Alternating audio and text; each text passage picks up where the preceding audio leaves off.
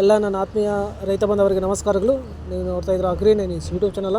ನಮ್ಮ ಚಾನಲಲ್ಲಿ ರೈತರ ಕೃಷಿಗೆ ಮತ್ತು ವ್ಯವಸಾಯ ಉತ್ಪನ್ನಗಳ ಸಂಬಂಧಪಟ್ಟಂಗೆ ಎಲ್ಲ ಥರ ಮಾಹಿತಿಗಳು ನಿರಂತರವಾಗಿ ಪ್ರಸಾರವಾಗುತ್ತದೆ. ಸೊ ದಯವಿಟ್ಟು ನಮ್ಮ ವೀಡಿಯೋಸ್ನ ಲೈಕ್ ಮಾಡಿ, ಶೇರ್ ಮಾಡಿ, ಸಬ್ಸ್ಕ್ರೈಬ್ ಮಾಡ್ಕೊಳ್ಳಿ ಅಂತ ಹೇಳ್ತಾ, ಇವತ್ತಿನ ವೀಡಿಯೋದಲ್ಲಿ ದಿನಾಂಕ 27 ಏಪ್ರಿಲ್ 2024 ಶನಿವಾರದಂದು ಹೂವಿನ ದರಗಳು ನಂಗ್ಲಿ ಮಾರುಕಟ್ಟೆ. ಆಕ್ಷನ್ ಸಮಯ ಬಂದು ಪ್ರತಿದಿನ ಮಧ್ಯಾಹ್ನ 12 ಗಂಟೆಗೆ ಶುರುವಾಗುತ್ತೆ. ರೈತರ ಹೂವಿನ ದರಗಳು ಈ ಥರ ಇರುತ್ತೆ.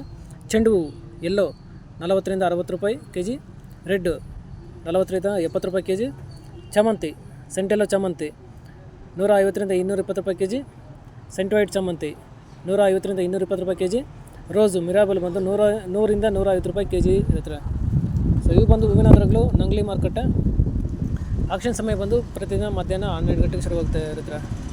ಸೊ ಇದೇ ಥರ ದಿನಾಂಕ 27 ಏಪ್ರಿಲ್ 2024 ಶನಿವಾರದಂದು ಹೂವಿನ ದರಗಳು ಚಿಕ್ಕಬಳ್ಳಾಪುರ ಮಾರುಕಟ್ಟೆ.